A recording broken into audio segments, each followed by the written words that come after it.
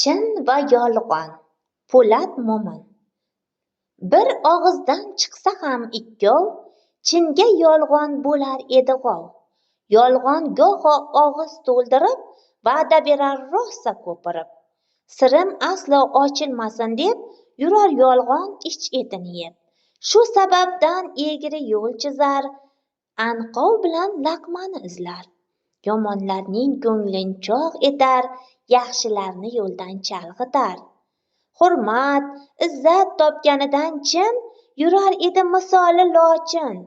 Chin quyoshning nuriga o'xshar, uning bilan hammayoq yashnar. Chin insonga suv va havodir, har narsaga doimo qodir.